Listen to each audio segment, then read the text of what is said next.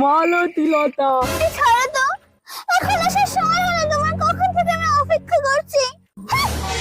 ওরে রাগ করো না, তোমার জন্য একটা সুন্দর গিফট এনেছো, দেখো সোনার দুল।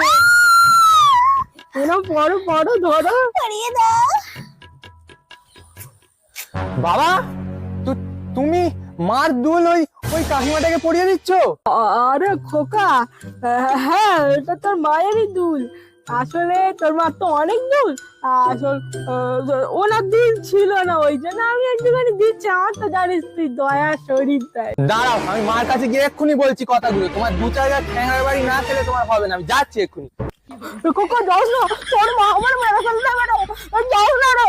এ বাবা, হেঁদুটা বাড়ি গিয়ে ওইরকম মার খাওয়া খাবে, সেই মার খাবে দুল দুটো দিয়ে যেতে পারতো। এটা আমার টাইম ফেস্ট হলো।